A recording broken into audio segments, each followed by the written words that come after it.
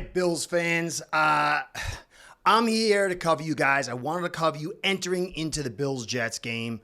I want to apologize for that. I'm in for the last 2 years, been a battle for my life. No joke intended. I have to work out, but if I work out, compromises my energy to do my job, and I have a tendency to over-engineer things in my German nature, so it always takes me longer and more energy than it should. So I do apologize, but I'm going to come back here with the best Bills coverage I have ever done for you guys. I've invested in this one big time. Now, some Dolphin fans might go, what is he covering the Bills for? Some of the older fans maybe who don't always fully get what I'm trying to do here, and some of the new ones. I cover all teams. I do them objectively. Obviously, I'm a Dolphins fan.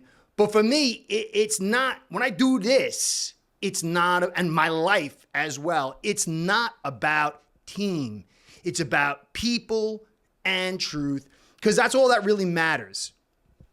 Merlin from one of my favorite movies, Excalibur, said, when a man lies, he murders some part of the world.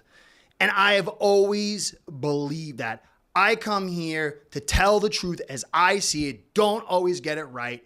But I do cover all the teams, and I do my best to be objective. So, back to you, Bills fans. The bogusness surrounding Allen and your team is fundamentally and provably incorrect and ridiculous. It saddens me. And again, it's because of people that it saddens me. Josh Allen is an exceptional human being. This is why I like him. One of the reasons why I like Tua is because he is the same. These are good guys in a meat grinder, both psychologically and physically and socially, if you watch the media and the Twitter stuff. And I don't like to see somebody getting poor evaluations. And that is what's going on here. Now, I'm going to show you, as I said, fundamentally, I've made an evaluation when I first started doing this for you guys 3 years ago. And I think this game, this moment, crystallized everything I said. I'm going to wrap this up in very succinct statistics to show you exactly what I said 3 years ago is exactly what's playing out here. And the good news is this is so correctable. It ain't good news for my Dolphins or the league.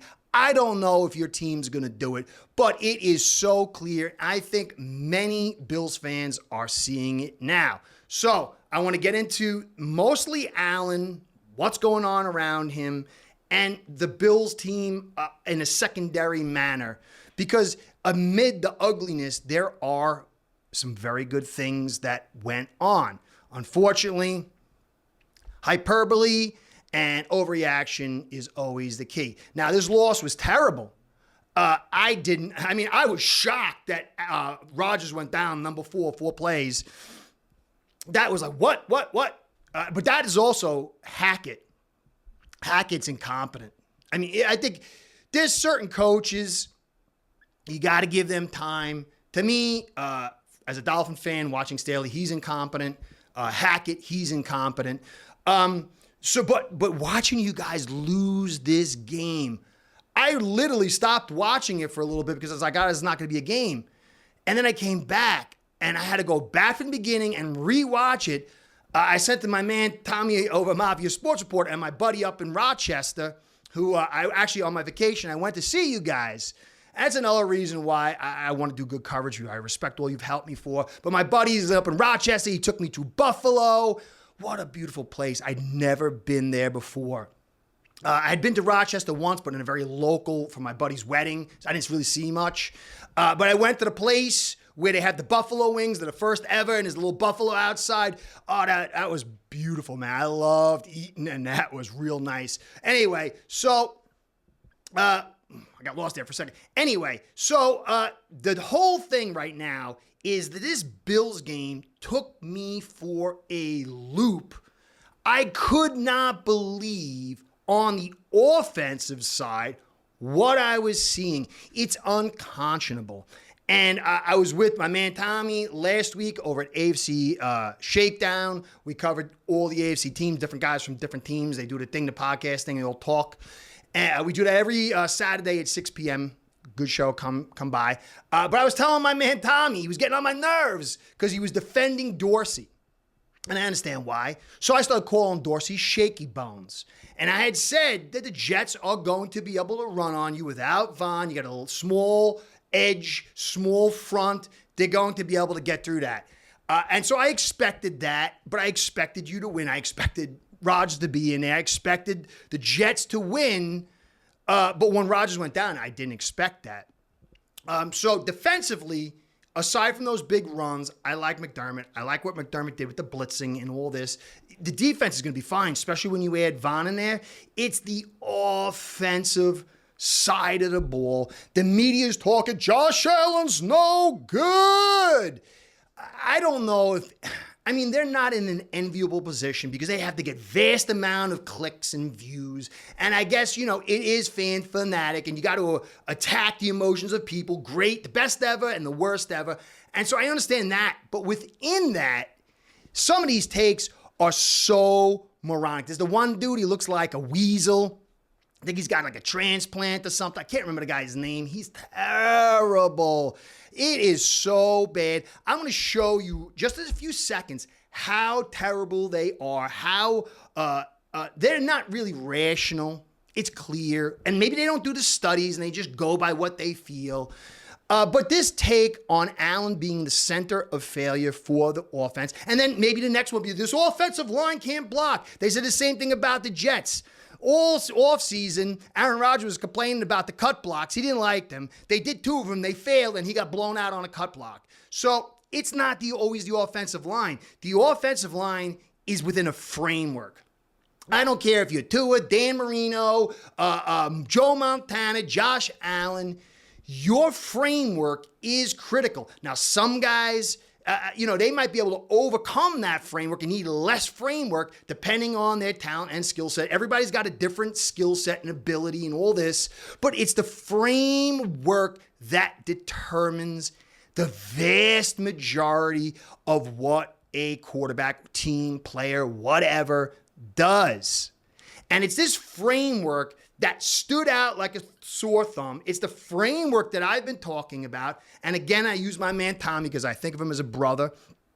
He's like, we're the only team that's in a bad weather that builds our offense not to take advantage of the bad weather.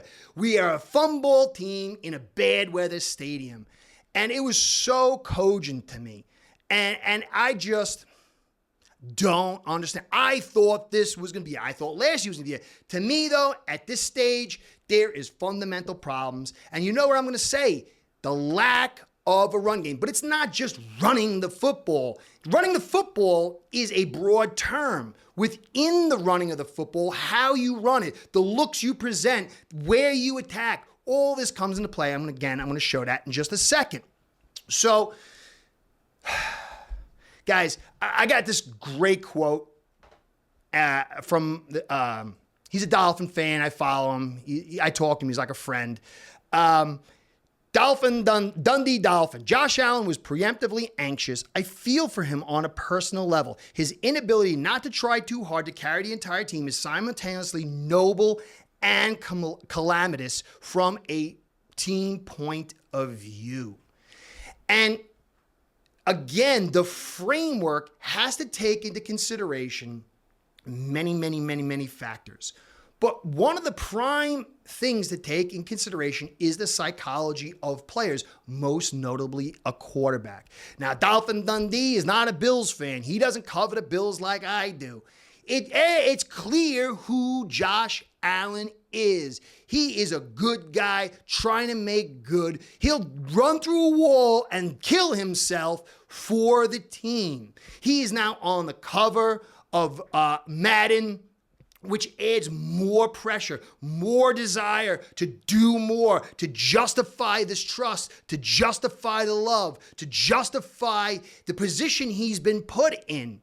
And so what does the Bills do? They fail him And that starts with Shaky Bones Dorsey. Now, I'm not saying Allen is, he's not culpable in any way, but look at Tua in 2020. Look at 2021 with Tua. And look at the difference between 22 and now we see in 23. Look at Mac Jones, year one in 2021 with McDaniel. And then look at him with Mr. Bag of Donuts, Patricia in 22. And now watch him with O'Brien. It starts with the leadership. It always starts at the higher level. And the OC is the guy that needs to be first taken to task, and the media doesn't do that. They are so, I don't want to use a curse word, but it is so obvious. You see your quarterback face first, head first, cranium first into the dirt, and what do? How do you protect him? What do you do? Right back to throwing a football, right back to fun ball. Dorsey is in another world. He's a very nervous guy. That's why I call him Shaky Bones. He's very emotionally unstable. You saw when he freaked out at the Dolphins game, and it permeates into this offense. If you go watch in preseason, I'll get to the stats in a second, they had the Ola Allen guy, I think he cut him or whatever, and they set up a beautiful framework for him. It was under center, play action, running the football, single back, and then some shotguns, mixed it up. It was beautiful. I'm like, wow, they finally got it. But then as soon as Allen comes in, it's shotgun draws and throw deep, baby. He has no feel for the game. The guy knows more about football than me. I'm not going to say that. But when I show you here these statistics over a broad period of time and localized in the Jets game, I am comfortable and I'm sober when I say this. I could design a better overall philosophy for this offense and a better game plan come game time. I couldn't call. There's no way in hell I could call. I mean, Dorsey knows more about football. He called me. But there is a blockade, and it goes, people saying, well, don't you miss Dable now? I'll show you that that's not the case. Dable did some things, but even in his last year, Dable was starting to lose stuff because the philosophy is not the right philosophy. There are a bunch of OCs I could bring in here that would do way, way better than Dable and certainly way better than Dorsey. So let's take a look at these stats, okay? So last year, intended air yards, 9.2. In this game, 8.2. Okay, so this is a highly vertical offense. You see Tua does the same thing, and last year he ran into trouble. Where every time you go vertical, the depth of your vertical attack adds complexity to the protection and makes the throw more difficult. Okay, and so you got to balance where you're attacking based on the situation, based on your quarterback, based on the innate nature of the offensive line and its ability to protect. Now, quad air yards in this game was 3.6. So it was like looking deep, and then I got to check down. And the reason for that is because everybody knows what the Bills are going to do. And I'm going to show you that Josh Allen is a quarterback that thrives under the blitz. And the rise of him being blitzed had him have his peak season, but then teams realized we can't beat him that way, so they began not to blitz. And it was move and counter move. The tape always catches up with you, but then what do you do when it does? And the Bills have not responded. Instead, they have doubled down. So if you look at 2018 when he's drafted, they blitzed him 126 times. He didn't have the greatest season and was running a lot. We understand all that. Then 19, they blitzed him 201 times, and he started rising and doing pretty good. And then his peak season in 2020, he was blitzed 244 times. It was like 40 times more than the next quarterback, and he had his epic season. Everybody's like, this guy's breaking out. 21, Dable was there. He was doing pretty good, but there was like moments of like, what's going on? He dropped 62 times blitzed to 182. Then last year, it went down to 144. Now this season, we got 11 blitzes against the Jets, which will equate about to 170, but I don't think you're going to see that many. I think teams, the blitz in this game they blitzed more because they understood Josh Allen was rattled, both physically and mentally, and then they understood we needed to attack in order to win because we didn't have an offense. So the blitz is where Allen thrives. So how do you generate a blitz? Now, you could generate a blitz by attacking a secondary, and then they got to bring the extra guy in. That's one way to do it. But the other way, the easier way, the better way, is when you have enough of a run game, you get guys coming into the box or creeping in. They compress the cushion that they would give. And then if that don't work, then they start blitzing. And through that blitz, you run the play action, or you call a mixed match down where it could be a pass or throw, 2nd and 5, you understand, 3rd and 2. And they're all compressed in that box, trying to aim for that run, and then it opens up the pass. Now, some quarterbacks, they can do that. You know, you got Mahomes, he'll run around all day. He's the kind of quarterback, he can kind of do that. Marino used to do that. Josh Allen's not that kind of guy, especially with the front that you got. You drafted Torrance, who's a big old guy, and then what do? Have him set up in pass protect all day. I'm going to break down the run game to show you how insane this offense is and how easily correctable it is. So, if you go look at under center, how many times you guys were under center? You were under center 4 times. You rushed the ball for 3 for 19, 6 yards per carry. You got 2 first downs, and you had a play action to Davis that either was the biggest pass play of the day or the second. It was for like 25 or 25 yards, I believe. Now, that was all. He was only under center 4 times. Now, maybe I could kind of understand if Rodgers in there, but you got Zach Wilson. Okay? Being under center is different dramatically than being in shotgun. When you're in shotgun, the quarterback is way off the line of scrimmage. The running back's way off the line of scrimmage. It's easier to diagnose, and there is constricted amount of plays you can call. When you're under center, everything is possible. And when a quarterback takes the football, he turns his back to the defense. When a defense loses that ball, they pause. You got to, what's going on? There is a kabuki theater that goes on with this. And the way quarterbacks handle the ball when they turn around is a thing unto itself. So you call only 4 on the center. You have gross success at it, and you don't go back to it.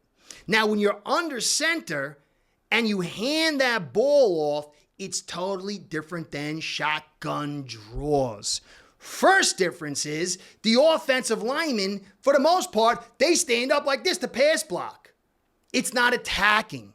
It's more of the same, sitting in pass sets. It doesn't allow them to attack, and it doesn't allow them to be their best at run blocking, and it doesn't give them a breather mentally. When you're in pass sets all day and everybody knows you're either running a screen or you're running a draw or you're running a pass, it's totally different than when they don't know if you're going to add in straight up runs.